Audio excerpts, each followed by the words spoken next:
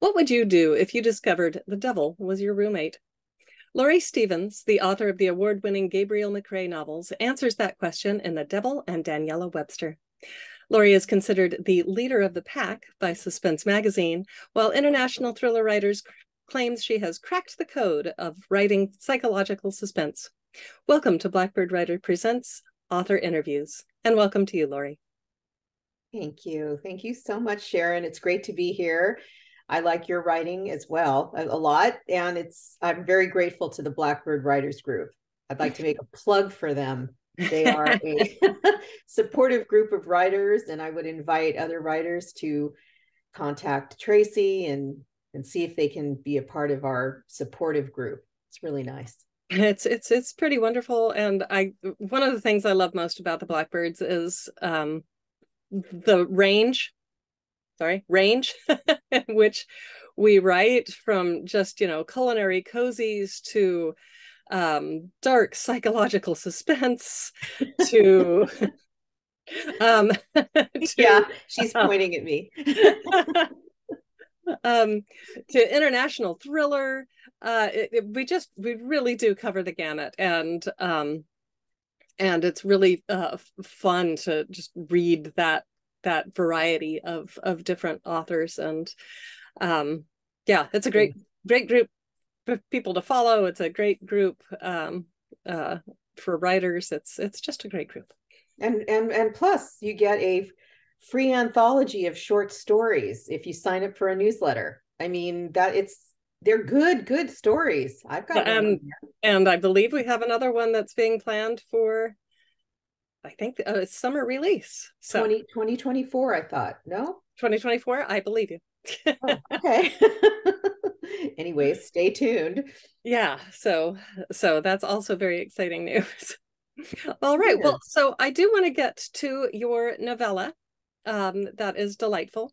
The Devil and Daniela Webster. And I just want to start with the title because it does pay homage to a 1936 short story. So why did you decide to go with that? To choose the title? Yeah. Honestly, because the devil is always portrayed as a man, and a very powerful man. And I thought, I got to do a twist on this and make the devil a woman. I mean, once in a while, like in the movie Devil, okay, spoiler alert, it's a woman.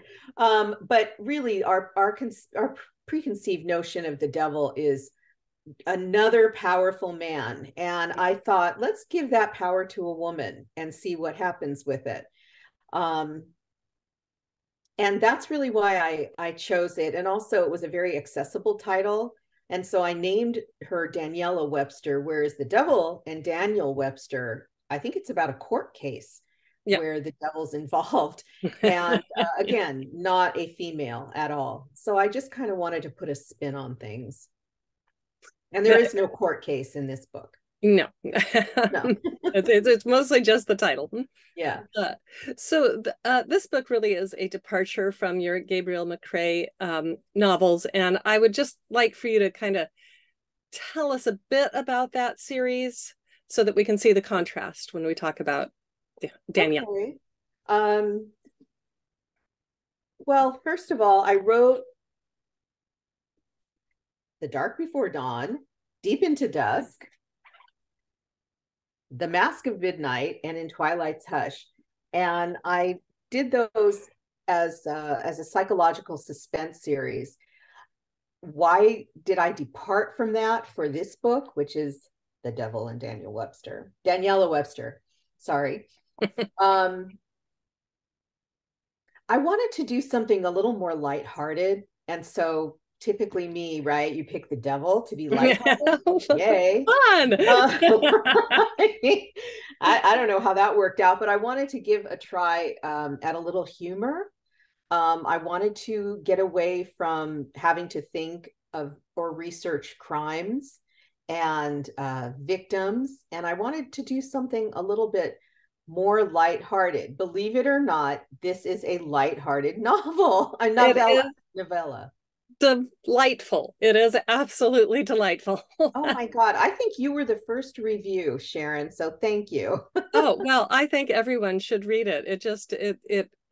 it tackles really big concepts, and it just, as you said, there's humor, and the characters are so engaging, including the devil. And yeah, just it really is delightful. Everyone should read it. I was glad I got. Well, okay, we can now sign off now because you well, I do have a few more questions for you. Okay. So, and one of them is, I mean, you definitely explore good and evil in all of your novels, but this one is really good being God and evil being the devil. I mean, this is like going OG on it. So what was kind of the motivation for that? The devil is always portrayed as super bad, and God is always having to struggle with this fallen angel. And I'm thinking, can't God get the jump up on this dude or whatever it is? I mean, what's going on here? And we blame. Oh, come on, you've had a teenager, you understand. Yeah, but we blame so much. I mean, like, what does every bad guy say? I didn't do it. It's beyond, a force beyond my control made me do it. If they don't come right out and say that there was an evil thing in them that does it, they're not taking responsibility. And one of the things that Daniela Webster, as the devil, says in this book is, I get blamed for everything, but free will, guys, you're doing it. And she says that she just stands around to pick up the pieces like a janitor, like sweep it up and dump it in a trash can, which is hell. So that's how she describes herself. And what she says is, and whether highly religious people would believe in this or not, I did want to bring in the sense of accountability of people, even though there is a guy in there that does commit a attempt to commit a crime, doesn't get away with it because Jake, the human being, intervenes. Mm-hmm. Whether Daniela helps him or not is still sort of up in the air. She helps him a little bit. Well, I kind of want to talk about Jake, because he is an amazing character, because he is such a loser. He's flawed, but he is deeply, deeply good. And I was wondering if you had any kind of inspiration for him. Probably just about every teenage boy I've ever met. Deeply flawed, but or teenager should. I think especially when you have hit some skids in your childhood, which he had a decent childhood, but in the book you don't see this, but it's exposition a little bit that his father left the family early on to start a new family and kind of wanted to forget about him. So he was rejected on that point. And then his mother was a champion. She was a piano player and a good mom and tried her best with him, but she ended up dying of cancer, right? Yeah. So you don't really see that in the book. He talks about it, but those were his challenges and his obstacles. And he's about 22, 23 years old. He's young to have gone through all that. And so he's a little bit a ship without an anchor. And that's how I thought of Jake, is that he's a fundamentally good person, but he's just he lost his guidance young, and he's doing the best he can trying to hold it together. And then along comes the devil, which is let's add just a little bit of a complication into that backstory. Yeah. And that's really what the gist of the story is about, is what happens when the devil comes along. I don't know that it's Daniela's motivation as the devil to create more problems in Jake's life. She ends up doing that in a roundabout way. But I think in the beginning, she just wants a place to get away from hell for a while and finds him interesting. Ends up liking him, actually. Yeah. Yeah. As you can see. just a delightful story. So this is kind of a tough question, but how difficult is it to characterize the devil? I guess it depends on where you're coming from. If I was someone who was very, very religious, like scared to death, and something like watching The Exorcist was just you know, something I couldn't take, I would probably think that that character was too scary even to write. I really, really like the idea of people taking accountability for their actions, and not blaming it on some separate entity. At the same time, I'm not refuting that that doesn't exist. It could very well exist, and maybe people do follow bad paths because of that. But it wasn't the book. When I started writing it, I wasn't sure where I was going to go with it, and all of a sudden, this sort of God came into play. And I thought, for me, it was much more challenging about how I was going to write the character of God than the devil. Because and then I just decided to steal a page from Evan Almighty and what was his name? Bruce Almighty. Bruce Almighty, yep. and have it be God in the character of Morgan Freeman. So instead of Morgan I love Freeman that playing God, it's God's actually playing the character of Morgan Freeman to come down. And I thought, easy fix. I can just do that, and there it is. And I think I actually snorted out loud, and that was so funny. But yeah, God definitely had to play a part. As much as the devil's in there, I needed a counterweight. Yeah, did it? Yeah, just really nice. There's nothing irreverent anywhere in this. It's all very. It just all feels very sincere, and that and so I think people anywhere on the religion scale would enjoy it because of that. Why the novella format? That too is a departure for you. It was. Well, I've written 2 novels that are out for submission now. And so I couldn't do anything with them. And it was driving me crazy because this is my cat, Jasper. Say hi, Jasper. I was hoping we could see Jasper. We can see his ears. Yeah, he's getting, aren't you ready for your close-up? There you go. There you go. Hi, Jasper. He's a good kitty. Yeah, Jasper loves to steal the limelight, which is great. Come here. So it was I decided while those 2 were waiting, I needed to bookmark my career somehow. I wanted something to be able to talk about. And I also, before this was published as a print and an ebook, I did it as a Kindle Vella series. So I had gotten an email from Amazon basically saying, we invite you to come on and try this Kindle Vella platform.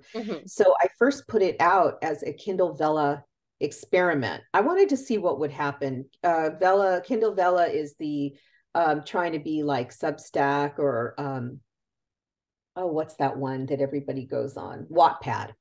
Yeah. And I don't know. I'm going to reserve my judgment on that. I feel much more comfortable in the print ebook and audiobook kind of realms. It was as interesting to write episode by episode, but because I was writing episode by episode on Vella, it just didn't turn out very long. I wasn't going to put a novel on that. I didn't want to. Yeah. So that's why it turned out to be a very, very, very short book. A novella. A novella, yeah. Novellas are a fun format. I like them. But yeah, I needed like something to get excited about, promote, feel like I was still a writer. Because you know how it is when you have something out for submission and your agent's reading it, thinking about it, maybe will reject it. You just don't know. Yeah. You're sort of in limbo unless you're writing. And I am working on another book as we speak. So we're looking forward to at least 3 novels from Laurie soon. Yeah.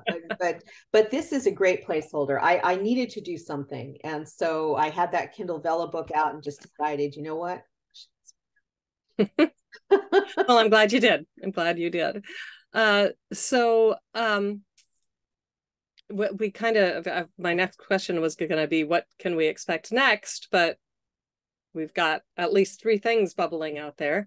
Can you tell us anything about any of them? Yeah, again, I have an agent that keeps telling me, write a thriller, write a thriller. And I ended up writing a book uh, about the 2008 housing market crash. Mhm. Not, well, a thriller in its own sense, I guess. But and then I wrote a book that I'm excited about. That's a tech book called The Return, and it's human consciousness versus artificial intelligence. And that will be the next one that comes out. And then I'm currently writing a book that's going back to being a thriller, but not part of the series, not yet. It's going to be a standalone thriller dealing with bipolar. Okay. I'm very interested in psychology and the Mhm. psychology of why people do things. The Gabriel McRay series is filled with it. And I've sort of gone back to that, writing psychological suspense. And this one's real psychological because it deals with someone who's got bipolar That. and not the villain, the hero. Yeah, well, it just makes for so many possibilities, and so many different kinds of motivations for everybody. So Yeah, I really that's another thing with the Devil and Daniela Webster. I didn't get into the whole psychological. I guess you could look at it from a psychological standpoint, but this new book is getting me talking to all my psychologist friends again and hitting them up for research, which they're always happy to do, which always amazes me. It's like, don't I bother you? And they're like, no, we love it. So, get people talking about their profession. yeah, They like it. that's yeah, and it just makes for a much more well-rounded book. Yeah, Um, a lot of good research. yeah. All right. So, where can our fans find you? So, websites, newsletters, what have you got for us? You can always look me up at lauriestevensbooks.com. Laurie That's Stevens. Laurie, Laurie, Stevens with a V, and books.com. And, or you can follow me on Facebook at Laurie Stevens Author. Mhm. And I'm on Insta at Laurie Stevens Author. And so, yeah, please sign up for my newsletter, sign up for the Blackbirds, and you'll know where I am and what I'm doing. And as you know, Sharon, we always post on the Blackbirds blog, Mhm. and they can catch up with a lot of good writers there. Absolutely. Absolutely. All right. Well, thank you so much for being here today, and thank all of you for tuning in. And um, uh, yeah, just this was really fun. Thank you Yeah, so much. thank you so much, Sharon.